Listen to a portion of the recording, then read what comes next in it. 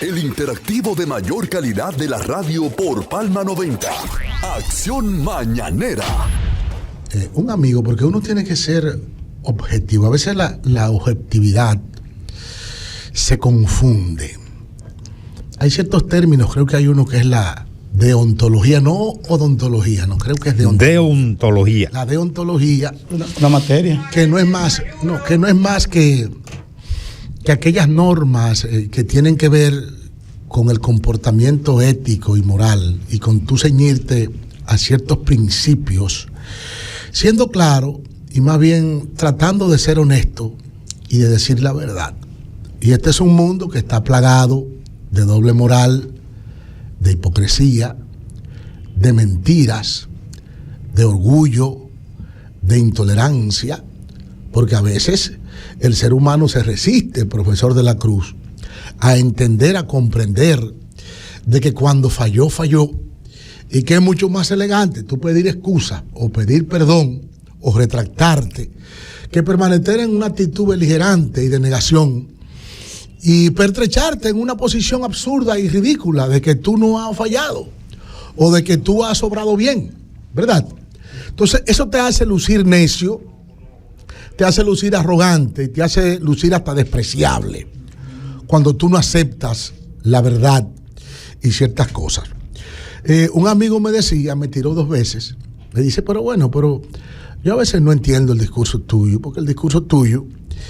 es un discurso como que tú siempre estás en búsqueda de lograr el equilibrio con las cosas. Y hay cosas que nacieron desequilibradas y que el equilibrio con ellas no se puede lograr. Hay cosas que hay que teñirlas del color que lleva y que hay que darle el matiz que llevan de manera obligatoria. Bueno, mi amigo José, yo no digo que no, de que nosotros que estamos identificados con una causa, de que tal vez estamos identificados con un tipo de ideología, con un pensamiento político, así lo hagamos, y que aunque asumamos la defensa de esos ideales y se entienda que estamos asumiendo la defensa de esos ideales, pero que al mismo tiempo, al asumir esa defensa, le demos un colorcito y que las cosas, maestros de la Cruz, no resalten tanto a la vista, ¿verdad? Porque todo el mundo sabe que uno comunicador y que también los que son periodistas están identificados con algún tipo de partido político de una manera u otra. Ahora, existen unos límites, existen unos parámetros, existen unas verdades que no se pueden esconder. Porque yo podría decir aquí que el gobierno más perverso que tuvo este país, el gobierno que bañó de sangre este país, el gobierno que sumió a este país en una gran miseria, el gobierno que fue el timón y la punta de lanza histórica con la represión y con las persecuciones en este país, fue la dictadura más abyecta y más degenerada y más lacaya, la dictadura de Rafael Leónidas Trujillo. Pero también a la hora de reconocer los aportes que Rafael Leónidas Trujillo hizo a este país a nivel de infraestructura, a nivel de construcciones, a nivel de institucionalidad, estoy diciendo para que no se me confunda, que no se confunda una cosa para la otra. Aquí no pudo pasarle peor cosa a este país que no fuera la dictadura de Trujillo, con toda la sangre, con toda la muerte, con todos los robos. Porque Trujillo, inclusive, como simbología de su poder, ustedes saben que utilizaba el famoso bicornio en su cabeza, un sombrero de 2 colas hacia los lados, usado por Napoleón Bonaparte, porque las ínfulas de Trujillo, el histrionismo lo llevó a pensar que era una especie de monarca y de emperador y que su familia eran la familia de esa monarquía. Pero si vamos a reconocer también, hay que reconocer cosas positivas que se dieron durante la dictadura. Igualmente con el gobierno del doctor Joaquín Balaguer y los 12 años, que muchos justifican que había que hacer el gobierno, que por esa izquierda creciente en ese momento, esa izquierda con toda la pasión que identificaba a esos jóvenes con el deseo de libertad, y haríamos mención a Mauri Germán Aristides de los Palmeros, a Min Abel y a otros líderes más revolucionarios jóvenes de este país, a Goyito, a Orlando Martínez, que diezmaron y ofrendaron su vida por la libertad de esta patria y que hoy en día abonaron esa libertad con su sangre. Y si hoy estamos disfrutando de un régimen y de un Estado de Derecho, es por esa sangre que cayó y que se lograron tantas cosas. Pero independientemente de esa época oscura, también al doctor Balaguer hay que reconocerle sus méritos. Todas las construcciones, la institucionalidad, las vías, las carreteras, el poner a República Dominicana en el mapa, que tal vez antes de no era más que una aldea,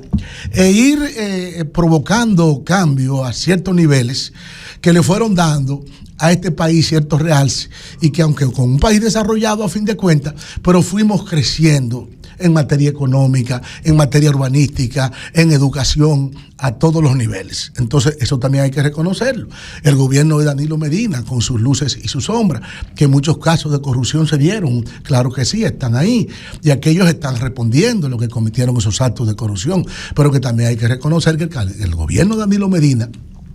ha hecho e hizo sus grandes aportes al desarrollo de este país, el programa agroforestal y una cantidad de programas sociales que fueron también creados, o que fue una iniciativa del presidente Leonel Fernández, que también hizo grandes aportes al desarrollo del país, aunque muchos dicen, pero vendió las empresas del Estado. Bueno, es que las cosas hay que verlas desde varias perspectivas y ópticas, y a veces tú entenderás que se cometen algunos errores, pero cuando tú analizas profundamente y otros analizan desde otra perspectiva diferente, tal vez tú termines no teniendo la razón y esa persona termine teniéndola, o viceversa, porque todo es según el cristal, el color del cristal con que se mire. Y a fin de cuentas,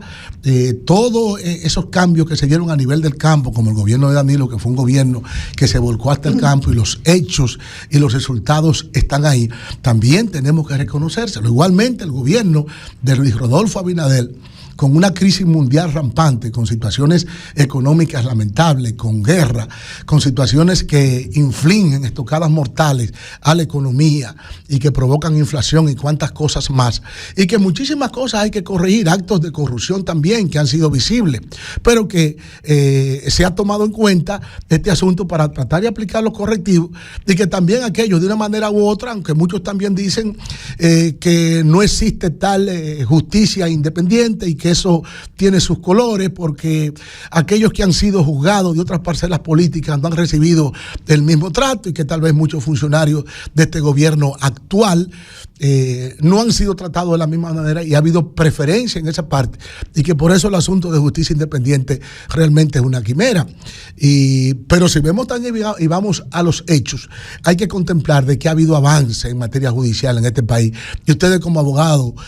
lo saben, así que se ha avanzado. Las cosas no se arreglan de la noche a la mañana, las cosas no se logran de la noche a la mañana, todo es un proceso, y en términos de porcentaje creo que ha habido un buen porcentaje de avance. Las estructuras viales, los programas de desarrollo y cuántas cosas más, el lidiar con la crisis del coronavirus, Danilo saliendo, que hizo un trabajo extraordinario, y continuándolo Luis Rodolfo Abinader, y así el país va avanzando con sus escollos, con sus luces y sus sombras, emulando a Néstor Lauro en esta palabra que usa mucho, pero que nosotros como dominicanos, independientemente de la mentalidad crítica que tengamos comunicadores, tenemos que entender y tenemos que visualizar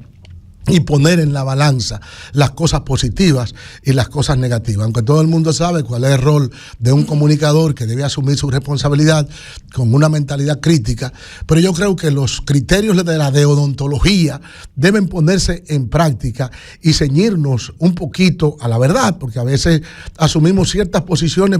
beligerantes y a veces fanatizadas a ciertos puntos de vista, queriendo inclusive tapar el sol con un dedo, cuando sabemos que el sol es tan grande que un dedo jamás podría taparlo. Yo creo que es mucho más elegante hacerlo de esa manera, y aunque se haga hincapié sobre las cosas que no son tan positivas, pero también de manera honesta, de manera condescendiente, de manera solidaria, de manera crítica constructiva, tenemos también que reconocer los méritos, tenemos que reconocer los dotes, tenemos que reconocer las virtudes y cualidades positivas de personas, de instituciones, de individuos, aunque sean nuestros adversarios en el terreno de la política.